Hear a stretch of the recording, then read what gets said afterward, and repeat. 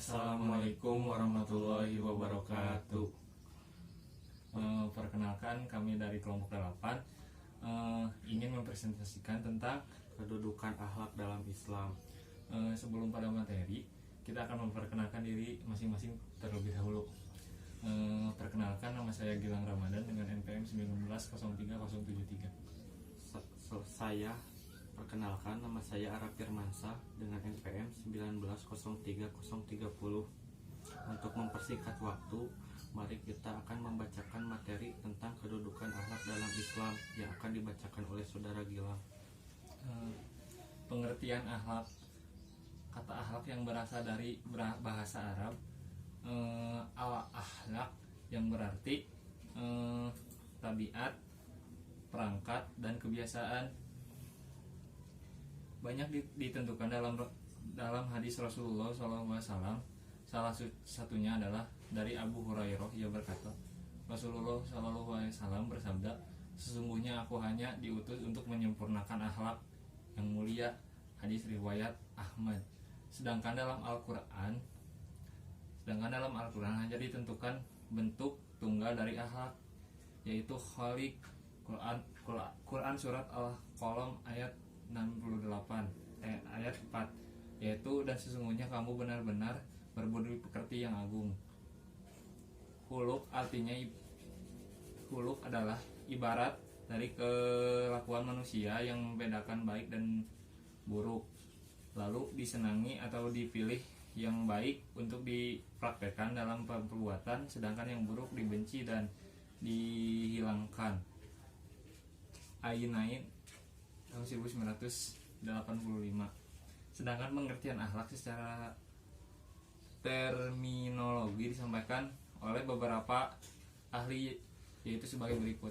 Menurut Farid Yusuf, definisi akhlak ialah akhlak yaitu kehendak jiwa manusia yang menimbulkan perbuatan dengan mudah karena kebiasaan tanpa memerlukan pertimbangan pemiliran terlebih dahulu. Menurut Juhairah, definisi akhlak adalah akhlak yaitu ilmu yang mempelajari dalamnya tingkah laku manusia, the human conduct dalam pergaulan hidup. Meskipun terdapat beberapa perbedaan dalam mendefinisikan akhlak, namun dapat dipahami bahwa akhlak suatu kondisi atau sifat yang telah meresap dalam jiwa dan menjadi kepribadian yang memunculkan. Menurut Imam Al-Ghazali, akhlak adalah sifat yang tertanam dalam jiwa yang menimbulkan macam-macam perbuatan dengan yang gampang dan mudah. Menurut Ibnu Maskawi, akhlak ialah keadaan jiwa seseorang yang mendorong untuk melakukan perbuatan-perbuatan tanpa pertimbangan akal pikiran terlebih dahulu. Menurut Profesor Dr. Ahmad Amin, akhlak adalah kehendak yang dibiasakan dan ia akan menjadi kebiasaan yang mudah dilakukan. Dapat disimpulkan bahwa akhlak menurut para ahli adalah diartikan sebagai akhlak merupakan suatu perlakuan yang tetap sifatnya di dalam jiwa seseorang yang tidak memerlukan daya pemikiran di dalam melakukan sesuatu tindakan. Adapun pengertian akhlak dalam KBBI atau Kamus Besar Bahasa Indonesia, kata akhlak diartikan sebagai budi pekerti atau kelakuan dalam pengertian sehari-hari. Akhlak umumnya disamakan atau artinya dengan budi pekerti, kesusilaan, sopan santun dalam bahasa Indonesia, dan tidak berbeda pun dengan kata arti moral. Etik dalam bahasa Inggris, perbedaannya antara akhlak dan etika, yaitu dimaksudkan dengan akhlak secara umum ialah sistem atau tingkah laku manusia yang bersumberkan kepada asas wahyu atau syarak, sementara yang dimaksudkan dengan etika ialah sistem tingkah laku manusia yang selain daripada wahyu, tegasnya yang bersumberkan filsafah. Manusia akan menjadi sempurna jika mempunyai akhlak terpuji serta menjauhkan diri dari segala akhlak tercela. Secara kebahasaan bisa baik dan juga bisa buruk, tergantung tata nilai yang dijadikan landasan atau tolak ukurnya. Di Indonesia kata akhlak selalu berkonotasi positif.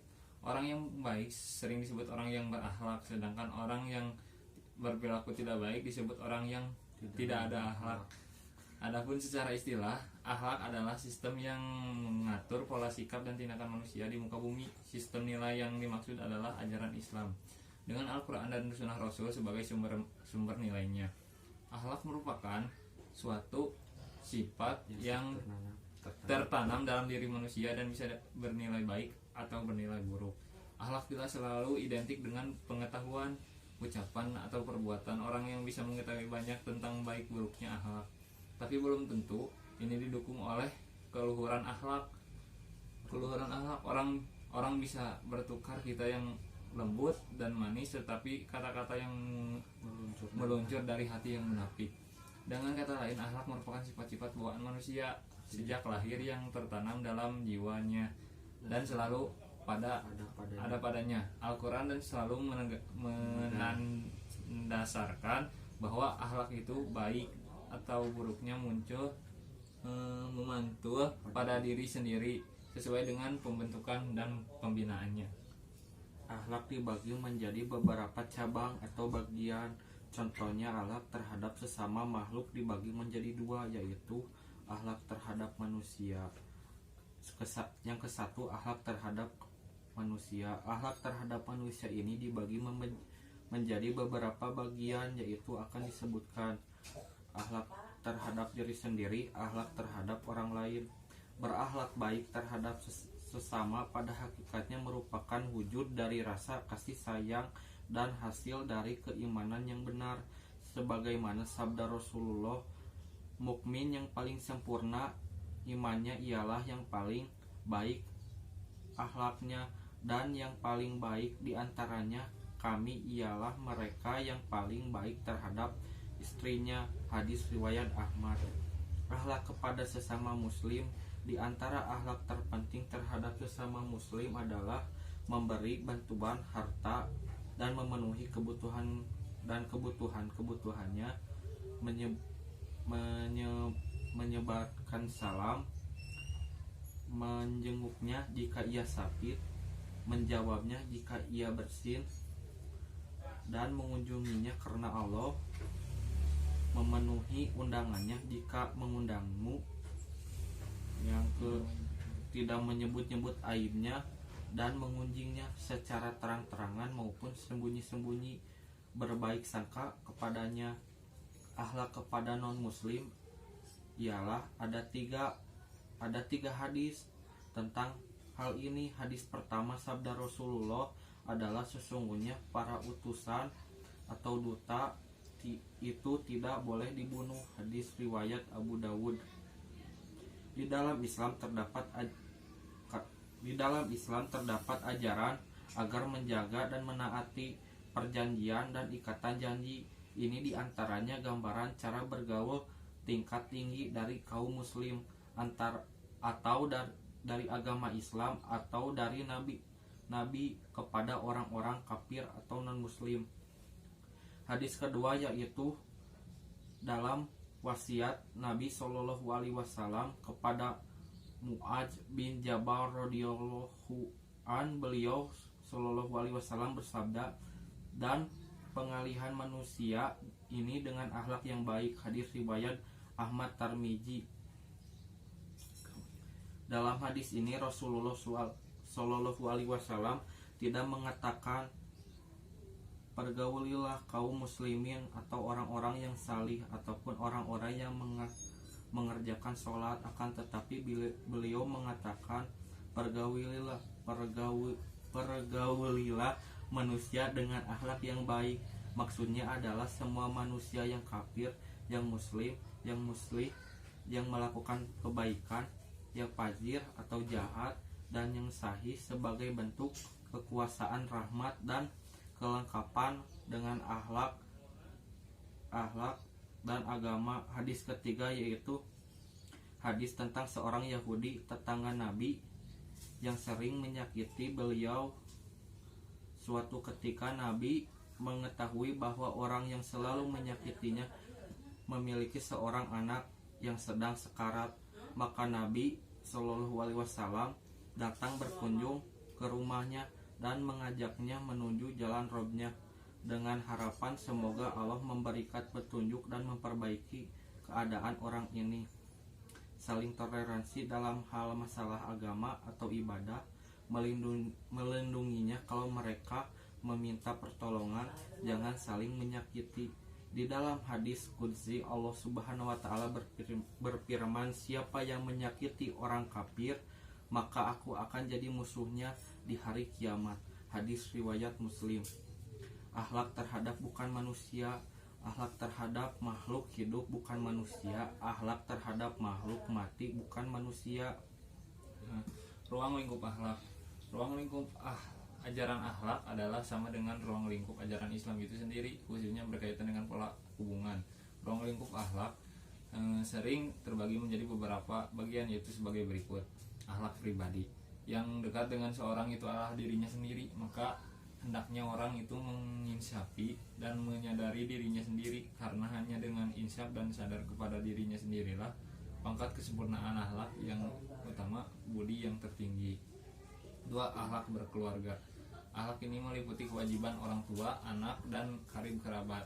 Kewajiban orang tua terhadap anak dalam Islam mengarahkan para orang tua terhadap anak, dalam Islam mengarahkan para orang tua dan pendidik untuk memperhatikan anak-anak secara sempurna.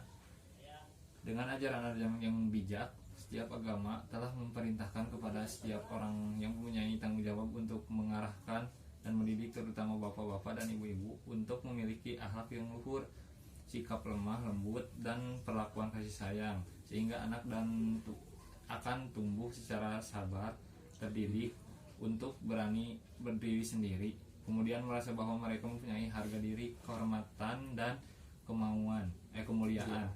Seorang anak haruslah mencintai kedua orang tuanya, karena mereka lebih berhak dari segala manusia lainnya untuk engkau cintai, taati, dan hormati. Akhlak terhadap orang tua dan akhlak terhadap orang tua terbagi menjadi 2. 1. Akhlak terhadap orang tua yang masih hidup. Orang tua adalah orang yang secara jasmani menjadi asal keturunan anak. Itu pula sebabnya secara kodrati setiap orang tua menyayangi dan mencintai anaknya sebagaimana ia menyayangi dan mencintai dirinya sendiri. Orang tua tidak mengharapkan balas jasa dari anak atas semua pengorbanan yang diberikan anak. Akhlak orang tua yang sudah meninggal. Seorang ayah atau ibu yang sudah meninggal dunia harus memiliki hak mendapatkan limpahan pahala dari doa yang disampaikan anaknya. Hal ini juga mengandung arti bahwa anak memiliki kewajiban mendoakan orang tuanya yang sudah meninggal. Dalam ajaran tasawuf dikatakan doa yang paling besar kemungkinan diterima Allah adalah doa seorang anak untuk orang tuanya dan doa orang fakir untuk orang kaya. Akhlak bermasyarakat. Tanggapan tetanggamu ikut bersyukur jika orang tuamu bergembira, dan ikut susah jika orang tuamu susah. Mereka menolong dan bersama-sama mencari kemanfaatan dan menolak kemudorotan. Orang tua cinta dan hormat pada mereka, maka wajib atas mengikuti ayah dan ibumu, yaitu cinta dan hormat pada tetangga. Akhlak bernegara. Mereka yang bersebangsa denganmu adalah warga masyarakat yang berbahasa yang sama denganmu, tidak segan berkorban untuk kemudian tanah airmu. Engkau hidup bersama mereka dengan nasib dan penanggungan yang sama. Akhlak beragama. Akhlak ini merupakan akhlak atau kewajiban manusia terhadap Tuhannya. Karena itulah ruang lingkup akhlak sangat luas, mencakup seluruh aspek kehidupan, tidak secara vertikal dengan Tuhan maupun horizontal sesama makhluk Tuhan. Perbedaan akhlak, etika, dan moral. Dalam pandangan Islam, akhlak merupakan cermin dari apa yang ada dalam jiwa seseorang. Karena itu, akhlak yang baik merupakan dengan dari keimanan seseorang, sebab keimanan harus ditampilkan dalam perilaku nyata sehari-hari. Pada saat ini, kehidupan semakin sulit, di mana kebutuhan semakin kompleks, namun sarana pemenuhan kebutuhan terbatas. Pengertian etika, moral, dan akhlak. Yang pertama, etika. Etika adalah sebuah tatanan perilaku berdasarkan suatu sistem tata nilai suatu masyarakat tertentu. Etika lebih banyak dikaitkan dengan ilmu atau filsafat. Karena itu, yang menjadi standar baik dan buruk itu adalah akal manusia. Yang kedua, moral. Moral adalah berasal dari bahasa Latin mores, yang berarti adat kebiasaan. Moral selalu dikaitkan dengan ajaran baik buruk yang diterima umum atau masyarakat. Akhlak berasal dari kuluk yang artinya perang atau tabiat. Didefinisikan bahwa akhlak adalah daya kekuatan jiwa yang mendorong perbuatan dengan mudah, spontan, tanpa dipikirkan dan direnungkan lagi. Dengan demikian, akhlak pada dasarnya adalah sikap yang melekat pada diri seseorang secara spontan diwujudkan dalam tingkah laku atau perbuatan. Perbedaan antara akhlak, moral, dan etika. Perbedaan antara akhlak dengan moral dan etika dapat dilihat dari dasar penentuan atau standar ukuran baik dan buruk yang digunakannya. Standar baik dan buruk akhlak berdasarkan Al-Quran dan sunnah Rasulullah, sedangkan moral dan etika berdasarkan adat istiadat atau kesepakatan yang dibuat oleh masyarakat. Jika masyarakat menganggap suatu perbuatan itu baik, maka baik pula lah nilai perbuatan itu. Macam-macam akhlak. Akhlak memiliki dua macam jenis. Berikut pembagian akhlak, yaitu akhlak mahmudah, yaitu terpuji, dan akhlak mazmumah, akhlak tercela atau kurang baik. Untuk memahami lebih jelas, mari kita simak penjelasan sebagai berikut. Akhlak mazmumah. Akhlak mahmudah adalah akhlak terpuji atau akhlak yang sangat baik yang dibenarkan oleh agama atau Allah dan Rasulnya. Contoh akhlak mazmumah ini adalah diantaranya perilaku jujur, berperilaku baik, malu, rendah hati, sabar, dan murah hati. Akhlak majmumah. Akhlak majmumah adalah akhlak yang tidak terpuji atau akhlak yang tercela atau akhlak yang tidak dibenarkan oleh agama. Contoh akhlak-akhlak ini adalah sebagai berikut: riya, ujub, takabur, tamak, malas, fitnah, baktil. Sumber akhlak dalam Islam. Akhlak yang benar terbentuk bila sumbernya benar. Sumber akhlak bagi seorang muslim adalah Al-Quran dan As-Sunnah.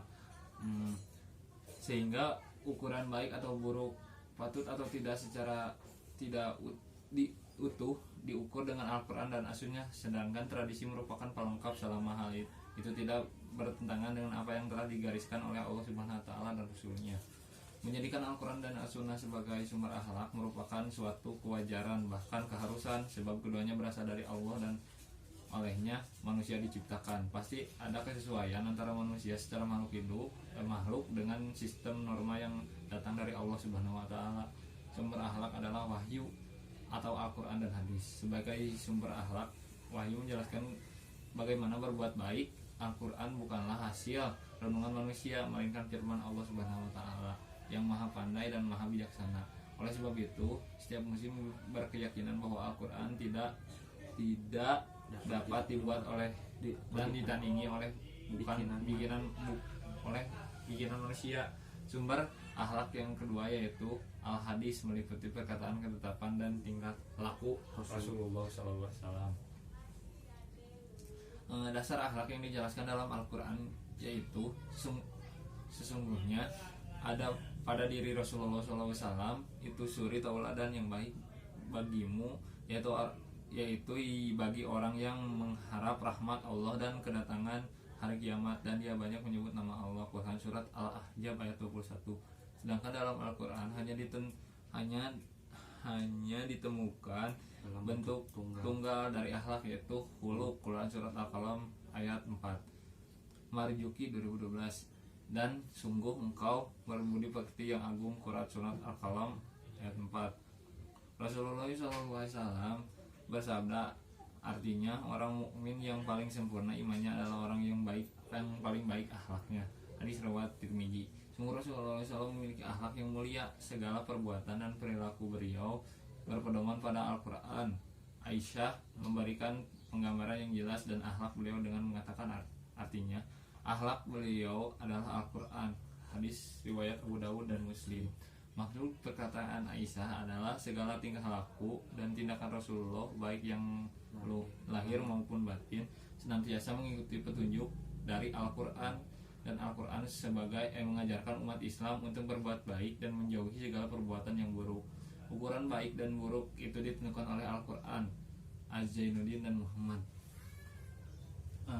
Dasar akhlak dari hadis yang secara eksplisit menyinggung akhlak tersebut yaitu sabda Nabi, artinya bahwasanya aku Rasulullah diutus untuk menyempurnakan keluhuran akhlak.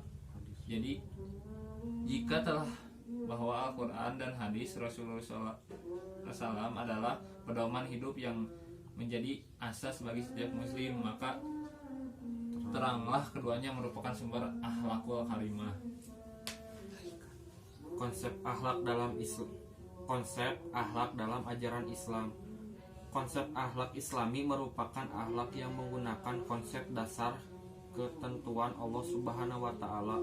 Rumusan akhlak Islam yang demikian adalah rumusan yang diberikan oleh mayoritas ulama.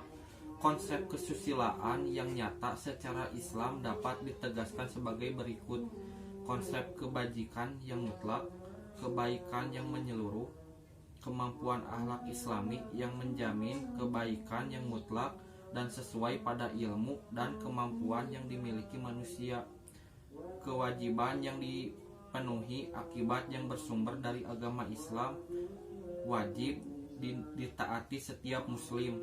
Faktor yang dapat membentuk akhlak. Di dalam Islam, pembagian faktor yang membentuk akhlak terbagi dalam beberapa bagian seperti berikut: an-nafsiyah atau psikologi, al-warathiyah genetika atau keturunan, al-qiyam nilai Islami, syariah ijtihadiyah atau sosial.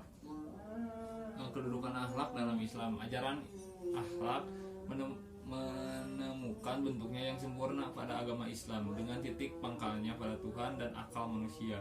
Agama Islam pada hakikatnya mengajak manusia agar percaya kepada Allah dan mengaku bahwa Allah lah pencipta, pemilik, pemelihara, pelindung terhadap segala makhluknya. Selain itu, agama Islam juga mengandung jalan hidup manusia yang paling sempurna dan terdapat ajaran menuntun umat kepada kebahagiaan. Hal ini tergantung dalam ajaran Al-Quran yang diturunkan kepada Rasulullah SAW. Perhatian Islam kepada pembinaan akhlak dapat dilihat dan dari kandungan Al-Quran yang berkaitan dengan perintah untuk melakukan kebaikan serta menjauhi perbuatan keji dan mungkar. Sebagai firman Allah Subhanahu wa taala yang artinya, sesungguhnya Allah menyuruh kamu berlaku adil dan berbuat kebaikan, memberi kepada kaum kerabat, dan Allah melarang berbuat keji, kemungkaran, dan permusuhan. Dia memberi pengajaran kepadamu agar kamu dapat mengambil pelajaran. Quran Surat An-Nahl ayat 89. Perhatian Islam kepada pembinaan akhlak lebih lanjut dan dijelaskan dengan menunjukkan universalitas Al-Quran mengenai jalan yang harus ditempuh manusia. Dengan demikian, manusia harus mempunyai tujuan tertentu dalam melakukan perbuatan sosial dan individunya. Kemudian perhatian Rasulullah SAW dapat dijumpai dari perhatian Islam kepada pembinaan akhlak, sebagaimana terlihat dalam ucapan dan perbuatannya yang mengandung akhlak.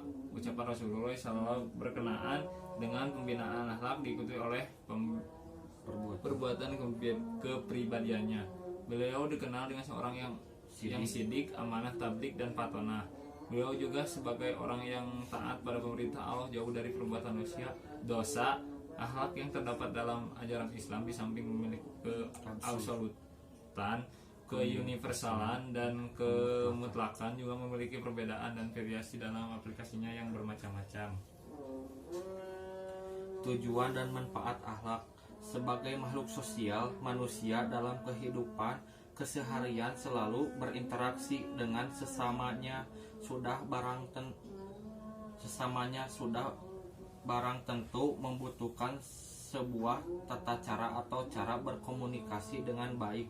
supaya hubungan yang terjalin menjadi hubungan yang harmonis, tidak merugikan orang lain dan diri sendiri. Dan inilah tujuan dari keberadaan akhlak. Seperti sempat disinggung di atas bahwa manusia merupakan makhluk terbaik ciptaan Allah Subhanahu wa taala, terdapat dalam surah At-Tin.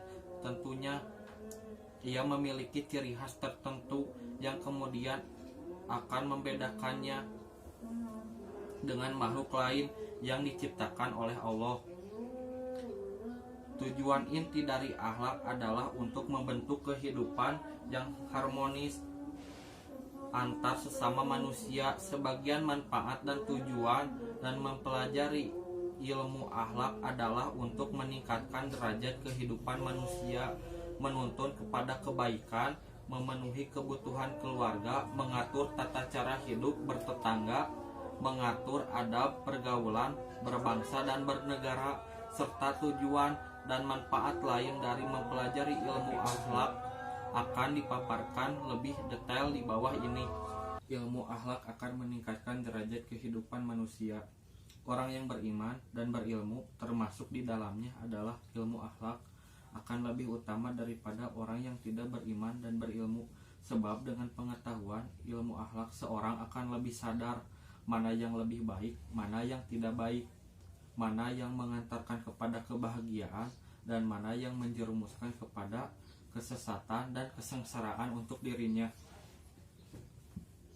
Ilmu akhlak menuntun kepada kebaikan. Ilmu akhlak merupakan pendorong dan pemicu yang dapat mempengaruhi diri seseorang untuk membentuk hati yang suci, baik lahir dan batin, yang akan berguna bagi sesama manusia ataupun makhluk yang lain. Ilmu akhlak akan menyempurnakan iman. Akhlak mulia adalah merupakan manifestasi dari kesempurnaan iman seseorang, yang selanjutnya memperoleh keutamaan di hari kemudian. Manfaat dan tujuan yang lain dari mempelajari ilmu akhlak adalah akan mendapatkan akhlak mulia. Dengan mendapatkan akhlak yang mulia, maka akan memperoleh derajat dihormati di akhirat nanti. Selanjutnya, memenuhi hajat pokok keluarga. Akhlak juga merupakan kebutuhan pokok dalam kehidupan spiritual, sebagaimana kebutuhan pokok yang lain seperti kebutuhan makanan, minuman, tempat tinggal, dan kebutuhan pokok yang lain. Membina kerukunan hidup bertetangga. Dengan mempelajari ilmu akhlak mempunyai tujuan dan manfaat dapat membina kerukunan hidup bertetangga. Dalam kehidupan bertetangga diperlukan budi pekerti dan akhlak yang baik, mulia, serta luhur. Membina remaja. Dari dulu hingga sekarang banyak sekali masalah kenakalan remaja, seperti penyalahgunaan obat, narkoba, minuman keras, dan lain sebagainya. Hal ini adalah disebabkan karena kurangnya atau tidak terbinanya akhlak di kalangan remaja. Pada umumnya, remaja yang terlibat berbagai kenakalan remaja adalah remaja yang tidak mengenal akhlak yang baik. Membina pergaulan umum. Tujuan dan manfaat ilmu akhlak adalah untuk membina pergaulan umum. Akhlak menempati posisi dan peranan yang penting dalam kehidupan dan tata cara pergaulan umum. Mensukseskan pembangunan negara. Tujuan dari manfaat selanjutnya mempelajari akhlak adalah dapat mensukseskan pembangunan negara. Akhlak merupakan salah satu faktor yang wajib ada atau mutlak dalam pembangunan bangsa dan karakter bangsa secara utuh. Oleh sebab itu, hendaknya pembangunan akan lebih baik apabila pemimpin dan warganya berakhlak mulia, sehingga pembangunan negara akan sukses dan tercapai dengan baik. Menciptakan keakraban hidup antar bangsa dan negara. Tujuan mempelajari ilmu dan manfaatnya dapat menciptakan keakraban hidup antar bangsa dan negara di dunia. Apabila para pemimpin dunia berakhlak baik, mulia, dan bijaksana, niscaya masyarakat dunia akan merasakan kebahagiaan dan perdamaian tanpa ada peperangan.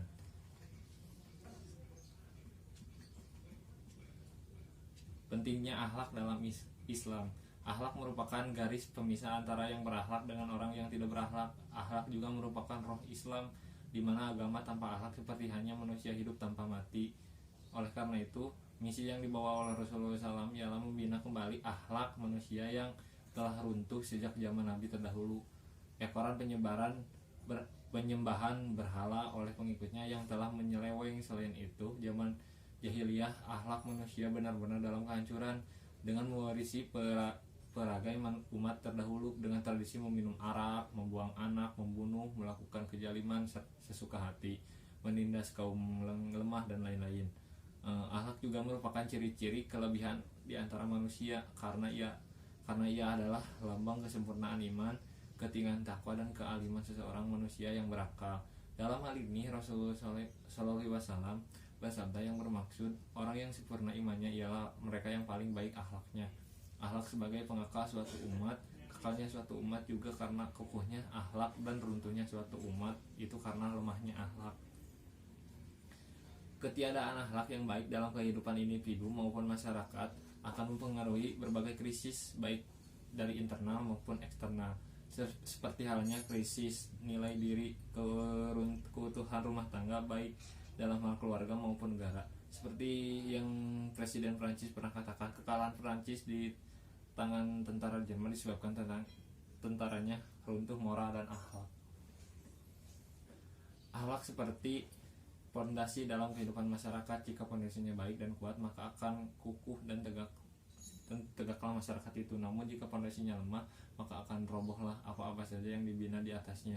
Akhlak menjadi sangat penting karena merupakan pondasi yang dilakukan oleh Rasulullah SAW ketika memulai pembentukan masyarakat Islam. Syekh Muhammad Ali Abu Jahroh dalam kitabnya Tajlim al-Islam Lil Al-Mujatama menyatakan bahwa budi pekerti atau moral yang mulia adalah satu-satunya asas yang paling kuat untuk melahirkan manusia yang berhati bersih, ikhlas dalam hidup, amanah dalam tugas, cinta kepada kebaikan dan benci kepada kejahatan. Dengan adanya akhlak diharapkan manusia memiliki kehidupan Islam sebagai berikut. Yang pertama, meneladani perilaku Nabi dalam mempraktikkan akhlak mulia sebagai uswah hasanah. Yang kedua, dalam melakukan kegiatan hidup harus senantiasa didasarkan kepada niat yang ikhlas dalam wujud amal-amal sholih dan ihsan, serta menjauhkan diri dari akhlak yang tercela. Dimanapun bekerja dan menjalankan tugas maupun dalam kehidupan sehari-hari harus benar-benar menjauhkan diri dari perbuatan korupsi dan kolusi serta praktik-praktik buruh lainnya yang merugikan hak-hak publik. Untuk kesimpulannya dari pembahasan kedudukan akhlak dalam Islam adalah akhlak adalah hal yang terpenting dalam kehidupan manusia karena akhlak mencakup segala pengertian tingkah laku, tabiat, perangkai, karakter manusia yang baik maupun yang buruk dalam hubungan dengan khalik atau dengan sesama makhluk.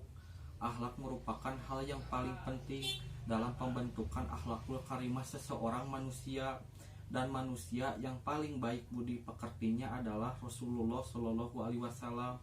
Akhlak baik terhadap Rasulullah Shallallahu Alaihi Wasallam, pribadi, sesama manusia, dan lingkungan hidup perlu diimplementasikan dalam kehidupan sehari-hari. Sekian dari presentasi dari kelompok 8. Maaf bila ada kesalahan. Wassalamualaikum warahmatullahi wabarakatuh.